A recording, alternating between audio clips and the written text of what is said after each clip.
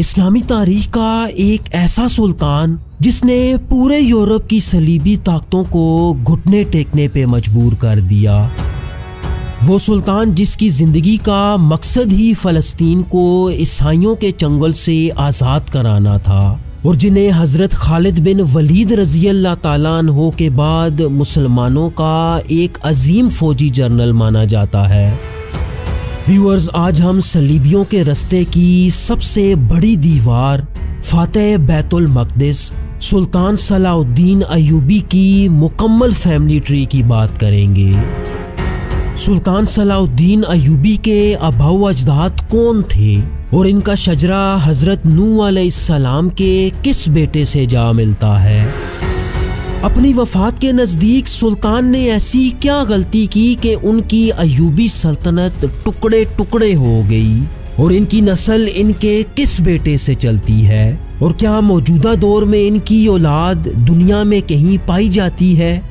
Viewers, मैं हूं एहतशाम अरशद और आप देख रहे हैं द इंफोटेनमेंट चैनल।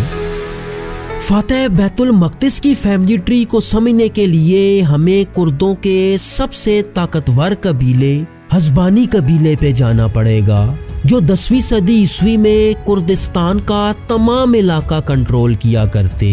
और व्यूअर्स, इसी कबीले से मुख्तलिफ कुर्द रियासतों का जन्म भी हुआ। अगर इस कबीले के नस्ब की बात करें तो कुछ कुर्द मुअर्रखीन के मुताबिक इस कबीले का शजरा मादई से होते हुए याफीस और फिर हज़रत नूह अलैहिस्सलाम से जा मिलता है। कुर्दिस्तान में रहते हुए हज़बानी कबीला कई छोटे कबीलों में तकसीम हुआ, जिनमें सबसे अहम 3 कबीले थे। इनमें सबसे बड़ा और ताकतवर कबीला शदादीद कहलाता था, जिससे कुर्दों की सबसे बड़ी एम्पायर सल्तनत शदादीद का जन्म हुआ, जो सल्जुकों की एक वैसल और बाज़ंतीनी सल्तनत के सबसे बड़े दुश्मनों में से एक थी। हज़बानी कबीले की एक और अहम शाख मेहरानिया कबीला कहलाता था, जिनके बारे में आता है कि ये लोग इंतहाई जंगजू हुआ करते और इनकी इसी चीज़ को देखते हुए सुल्तान सलाहुद्दीन ने अपनी फ़ौज में इन लोगों की एक अलग कोर बना रखी थी और इन्हें अपनी जंगी सलाहियत की वजह से अय्यूबी फ़ौज में बहुत ऊंचा मकाम हासिल था। हज़बानी कबीले की सबसे अहम शाख रवादिया कबीला था, जो सुल्तान सलाहुद्दीन अय्यूबी का कबीला था। इस कबीले के उन वक्तों के सरदार शादी इब्ने मरवान थे, जो सुल्तान सलाहुद्दीन अय्यूबी के दादा और सल्तनत शदादीद के एक ऊंचे कमांडर थे। आप अपने खानदान के साथ मौजूदा आर्मीनिया के शहर डेवन में आबाद थे, जो उस वक्त सल्तनत शदादीद का हिस्सा था। सन 1130 में सल्जुकों ने सल्तनत शदादीद पे मुकम्मल कंट्रोल हासिल कर लिया और इसके आखिरी हुक्मरान फदलून इब्ने फदल को माजूल कर दिया। तो शादी इब्ने मरवान अपने खानदान के साथ डेवन का इलाका छोड़ के पहले इराक के शहर बगदाद और फिर तिकरीत हिजरत कर आए, जो उस वक्त अब्बासी सल्तनत के ज़ेरे कंट्रोल था। सल्तनत शदादीद में इनकी खिदमात को देखते हुए अब्बासियों ने इन्हें तिकरीत शहर का गवर्नर लगा दिया। शादी इब्ने मरवान के 2 अहम बेटे थे, जिनके नाम नजमुद्दीन अयूब और असदुद्दीन शेरकू था और शादी की मौत के बाद उनके बड़े बेटे नजमुद्दीन अयूब उनके जानशीन और तिकरीत शहर के अगले गवर्नर बने, जो सुल्तान सलाहुद्दीन अय्यूबी के वालिद थे। कहा जाता है कि इन्हीं के नाम से सुल्तान ने अपनी सल्तनत का नाम अय्यूबी सल्तनत रखा था। सन 1132 में इन्होंने जंगी सुल्तान इमादुद्दीन जंगी का साथ देने का फैसला किया। कहा जाता है कि जंगियों और सल्जुकों की एक जंग के दौरान जब जंगी बुरी तरह हार गए तो नजमुद्दीन अयूब ने इमादुद्दीन जंगी को अपने पास पनाह दी और सल्जुकों से उनकी जान बचाते हुए मैदान जंग छोड़ के पीछे हटने में भी मदद की। लेकिन फिर इनके साथ एक ऐसा वाकया हुआ कि इन्हें सब कुछ गंवाना पड़ा। सन 1136 में इनके भाई शेरकू ने तिकरीक शहर में एक क्रिश्चियन को कत्ल कर दिया, चुनाचे जंगियों का साथ देने और इस कत्ल की वजह से इस खानदान को तिकरीत शहर से जलावतन कर दिया गया। लेकिन जंगी सुल्तान इमादुद्दीन ने नजमुद्दीन का एहसान याद करते हुए इन्हें अपनी सल्तनत में पनाह दे दी। यही नहीं बल्कि नजमुद्दीन अयूब को बाल्बिक और दमिश्क के गवर्नर का ओहदा भी इनायत कर दिया। अगर नजमुद्दीन के भाई असदुद्दीन शेरकू की बात करें तो आप जंगी फौज में एक ऊंचे कमांडर थे, जिन्होंने दूसरी सलीबी जंग में सलीबियों को पसपा करने में इंतहाई अहम किरदार अदा किया। इसके साथ साथ इन्हें सुल्तान सलाउद्दीन की अयूबी सल्तनत के आर्किटेक्ट के तौर पे भी देखा जाता है, जिनकी फौजी और सफारती महारत ने अयूबी सल्तनत की बुनियाद रखने में बहुत मदद की। व्यूअर्स, अगर हम नजमुद्दीन अयूब पे वापस आएं तो इनकी शादी सित्तुल मुल्क खातून से हुई, जो तिकरीत शहर की एक इंतहाई मजहबी खातून समझी जाती थी। इनसे नजमुद्दीन अयूब की 2 बेटियां और 5 बेटे पैदा हुए। इनके सबसे बड़े बेटे यानी सुल्तान सलाउद्दीन के बड़े भाई नूरुद्दीन अयूब जंगी फौज में एक कमांडर थे, जो दमिश्क के मुहासरे के दौरान सलीबियों से लड़ते हुए शहीद हुए। इनकी औलाद मौजूदा दौर में बाल्बिक और दमिश्क के इलाकों में पाई जाती है। नजमुद्दीन अयूब के दूसरे बेटे तुरान शाह थे। ये इसलिए भी बहुत अहम थे कि इन्होंने अयूबी सल्तनत को हिजाज और अरब के जनूब में यमन तक के इलाकों में फैलाया। इसके साथ साथ मिस्र में भी अपने भाई सलाउद्दीन की पोजीशन को मजबूत किया। इनकी वफात मिस्र के शहर अलेक्जेंड्रिया में हुई और इन्हें दमिश्क में दफनाया गया। इनकी औलाद मौजूदा दौर में मिस्र में आबाद है। इसी तरह नजमुद्दीन के एक और बेटे तुक्तगीन सलाउद्दीन अयूबी के छोटे भाई थे। इब्ने असीर के मुताबिक तुक्तगीन ने जबरदस्ती मक्का पे कंट्रोल हासिल करने की कोशिश की, लेकिन अब्बासी खलीफा अल नासर के एहतजाज के बाद सुल्तान सलाउद्दीन ने उसे शहर पे कब्जा करने से रोक दिया। व्यूअर्स, नजमुद्दीन के एक और बेटे अल आदिल वन सुल्तान सलाउद्दीन के सबसे अहम भाई थे। इन्होंने हमेशा अपने भाई की जंगी मुहिम्मात के लिए अहम फौजी और सिविलियन मदद फराहम की। आप अयूबी फौज के सबसे अहम और मायानाज जनरल थे। नजमुद्दीन अयूब के सबसे अहम और तीसरे बेटे सलाउद्दीन यूसुफ इब्ने अयूब थे, जिन्हें यूरोप में सलाहुद्दीन और मुस्लिम दुनिया में सलाउद्दीन अयूबी के नाम से जाना जाता है।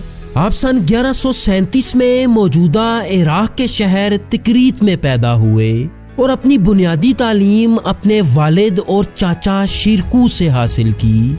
इसके साथ साथ आप अपने दौर के एक अजीम बुजुर्ग शेख अब्दुल कादिर जिलानी से भी बहुत ज्यादा मुतासिर थे। आपने अपने जंगी सफर का आगाज जंगी फौज से किया और सुल्तान नूरुद्दीन जंगी की फौज के साथ फातिमी सल्तनत की मदद के लिए मिस्र आ गए। व्यूअर्स, यहाँ आपको ये भी बताते चलें कि जैसा कि सलाउद्दीन अयूबी ड्रामे में नूरुद्दीन जंगी और सलाउद्दीन के बहुत अच्छे ताल्लुकात दिखाए गए हैं और सुल्तान सलाउद्दीन को नूरुद्दीन जंगी का मुंह बोला बेटा दिखाया गया है, लेकिन हकीकत इसके बिल्कुल बरक्स है। इन दोनों हस्तियों के ताल्लुकात शुरुआत में तो बहुत अच्छे थे, लेकिन इन दोनों की फौजों के दरमियान कई जंगें भी लड़ी गईं, जिनमें हम्स की लड़ाई सरे फहरिस्त है। मिस्र में आने के बाद कुछ ही अरसे में सलाउद्दीन को फातिमी खलीफा अल अदीद ने सल्तनत के वजीर का ओहदा दे दिया और खलीफा की मौत के बाद फातिमी सल्तनत का मुकम्मल कंट्रोल सलाउद्दीन अयूबी के हाथ में आ गया, जिसके बाद इन्होंने तमाम फातिमी इलाकों पे अपनी अयूबी सल्तनत की बुनियाद रख दी और बगदाद में अब्बासी खलीफा के साथ बैत कर ली। चूँकि मक्का और मदीना उन वक्तों में फातिमी सल्तनत के ज़ेरे कंट्रोल था, तो ये दोनों मुकद्दस शहर भी सुल्तान सलाउद्दीन के ज़ेरे कंट्रोल आ गए। इसके बाद उन्होंने तमाम मुसलमानों को इकट्ठा किया और अपनी जिंदगी का मकसद पूरा करने के लिए एक अजीम शान फौज के साथ फलस्तीन की तरफ मार्च किया।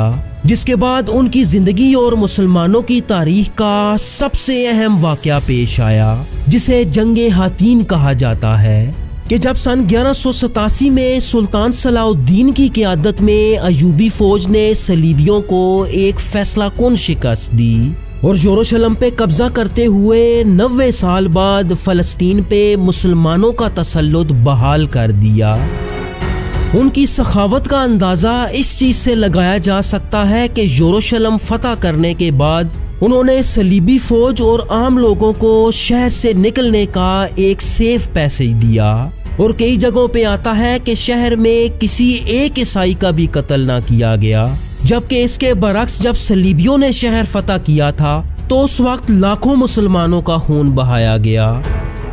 बैतुल मक़दिस फतह करने के ठीक 6 साल बाद मार्च सन 1193 में सुल्तान सलाउद्दीन अयूबी 55 साल की उम्र में वफात पा गए और उन्हें दमिश्क में उम्वी मस्जिद के नज़दीक दफन किया गया, जहां आज भी उनका मकबरा मौजूद है। व्यूअर्स, जहां तक उनकी औलाद की बात है तो उनकी शादी इस्मतुद्दीन खातून से हुई।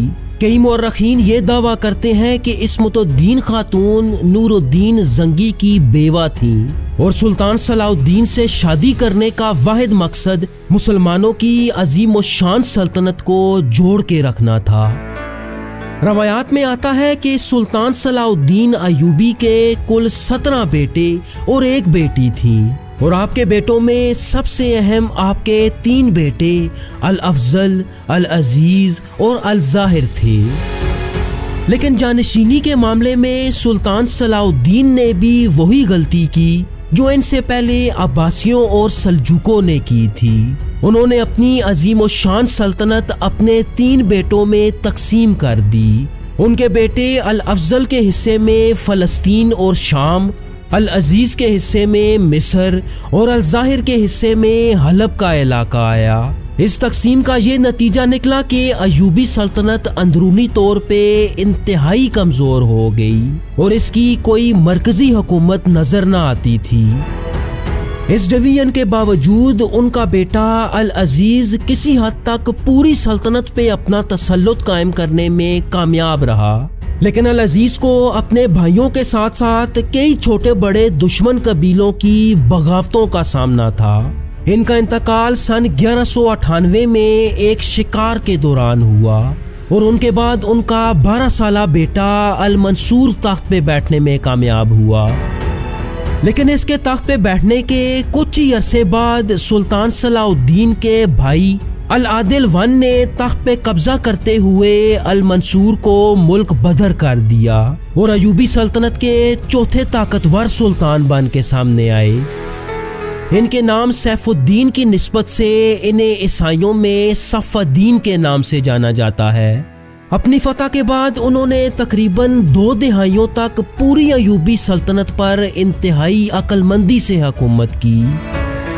अल आदिल ने अपनी पूरी जिंदगी सलीबी जंगों से बचने की कोशिश की, लेकिन सितंबर सन 1217 में इन्हीं के दौर में 5वीं सलीबी जंग का आगाज हुआ।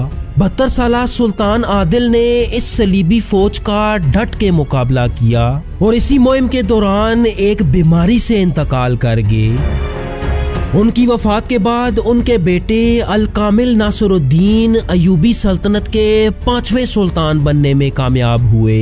इनके दौर में 5वीं सलीबी फौज अपनी पूरी ताकत के साथ अयूबी दारुल हुकूमत कायरा की तरफ मार्च करने लगी। अल कामिल ने इंतहाई अक्लमंदी से दरियाए नील का पानी खोल दिया, जिससे सलीबी फौज आगे बढ़ने में नाकाम रही। चुनाचे सलीबियों ने अल कामिल के साथ 8 साला अमन मुआहदा कर लिया और वापस लौट के। अगरचे अल कामिल सलीबियों के साथ अमन मुआहदा करने में कामयाब हो गए, लेकिन सल्जूकों और ख्वारिज़म सल्तनत के साथ आप कई महाजों पे सरगर्म थे। अल कामिल ने अपनी वफात के नज़दीक अयूबी सल्तनत को अपने 2 बेटों अल आदिल II और अस्साले अयूब में मजीद तकसीम कर दिया और इसी तकसीम की वजह से उनके दोनों बेटों के दरमियान खाना जंगी शुरू हो गई, जिसके नतीजे में अल आदिल कुछ अरसा सल्तनत का कंट्रोल संभालने में कामयाब रहा, लेकिन कुछ ही अरसे में अस्साले अयूब ने उसे माजूल करते हुए खुद तख्त पे बैठ गया। अस्साले का दौर वो दौर था कि जब अयूबी सल्तनत अंदरूनी तौर पे इंतहाई कमजोर हो चुकी थी और अयूबी सुल्तान की कोई हैसियत ना थी। अपने इर्द गिर्द वफादारों की कमी की वजह से सुल्तान ने तुर्क गुलामों की एक बड़ी तादाद खरीदना शुरू कर दी, जो सेंट्रल एशिया में मंगोल हमलों की वजह से वाफर तादाद में मौजूद थे। सुल्तान अस्साले की ये एक ऐसी गलती थी जो अयूबी सल्तनत के खात्मे का बायस बनी। व्यूअर्स, इन गुलाम जंगजुओं को ममलूक कहा जाता था और ये लोग इतने जंगजू थे कि कुछ ही अरसे में इन्होंने पूरी अयूबी फौज पे कब्जा कर लिया और सल्तनत के सबसे ताकतवर लोग बन के सामने आए। सुल्तान अस्साले के बाद उनके बेटे मुअज्जम तुरान शाह तख्त नशीन हुए, जिन्हें हुकूमत चलाने का कुछ ज्यादा पता ना था, लेकिन इसके बावजूद इन्होंने 7वीं सलीबी फौज को बदतरीन शिकस्त से दो चार किया और सलीबी फौज के लीडर लुइस 9 को कैद करने में भी कामयाब हो गए। लेकिन इस कामयाबी की बड़ी वजह अयूबी फौज के ममलूक तुर्क ही थे, जिनके साथ सुल्तान मुअज्जम के ताल्लुकात अब बिगड़ने लगे। चुनाचे ममलूकों ने सुल्तान के खिलाफ बगावत करते हुए इसे कत्ल कर दिया। तुरान शाह के बाद ममलूकों ने कुछ अरसा सुल्तान सलाउद्दीन की नस्ल से एक 6 साला बच्चे अल अशरफ मूसा को तख्त पे बिठाया, लेकिन इस दौर में हुकूमत के सारे फैसले ममलूक कर रहे थे। अल अशरफ मूसा के तख्त पे बैठने के कुछ ही दिनों बाद ममलूकों ने सुल्तान अस्साले की बेवा सजर दुर को तख्त पे बिठा दिया और एक मशहूर ममलूक कमांडर इज्जुद्दीन ऐबक को इनका कमांडर इन चीफ मुकर्रर कर दिया गया। चुनाचे कुछ वक्त हुकूमत करने के बाद सुल्ताना सजर दुर ने इज्जुद्दीन ऐबक से शादी कर ली, जिसके बाद अयूबी सल्तनत के तमाम इलाकों पे ममलूक गुलामों की हुकूमत कायम हो गई, जिसके पहले सुल्तान इज्जुद्दीन ऐबक थे। तो व्यूअर्स, यहाँ से ही मिस्र पे मशहूर ज़माना ममलूक सल्तनत की हुकूमत का आगाज होता है। ममलूकों की ये सल्तनत मुस्तकबिल में इतनी ताकतवर हो गई कि इन लोगों ने तारीख में पहली दफा मंगोलों को बदतरीन शिकस्त से दो चार किया। इसके साथ साथ ये लोग सलीबियों की भी आंखों में आंखें डाल के खड़े रहे और उन्हें फलस्तीन से दूर ही रखा। व्यूअर्स, जहाँ तक सुल्तान सलाउद्दीन अयूबी की मौजूदा दौर में औलाद की बात है, तो उनके तीनों मशहूर बेटों की नस्लें आज भी दुनिया के मुख्तलिफ हिस्सों में पाई जाती हैं। सुल्तान सलाउद्दीन के बेटे अल ज़ाहिर की नस्ल से ताल्लुक रखने वाले आखिरी हुक्मरान अल नासिर थे, जो दमिश्क और हलब के अमीर थे। अल नासिर और उनके भाई अल ज़ाहिर को मंगोल जनरल हलाकू खान ने फांसी दी थी। मौजूदा दौर में दमिश्क और कुर्द इलाकों में रहने वाले कई खानदान इनकी नस्ल से होने का दावा करते हैं। सुल्तान सलाउद्दीन अयूबी के दूसरे दोनों बेटों की नस्ल आज दमिश्क, कायरा और यमन के इलाकों में पाई जाती है। इन खानदानों के पास अपना शजरा और पेडिग्री तो मौजूद है, जिसमें इनकी लड़ी सुल्तान सलाउद्दीन अयूबी के साथ जा मिलती है, लेकिन आज इन शजरों को वेरीफाई करना बहुत मुश्किल है। व्यूअर्स, सऊदी अरब की तारीख के अजीम तरीन बादशाह किंग फैसल के आबाओ अजदाद कौन थे? किंग फैसल की मुकम्मल फैमिली ट्री देखने के लिए स्क्रीन पे दी गई वीडियो जरूर देखिएगा। Thank you so much. Allah Hafiz.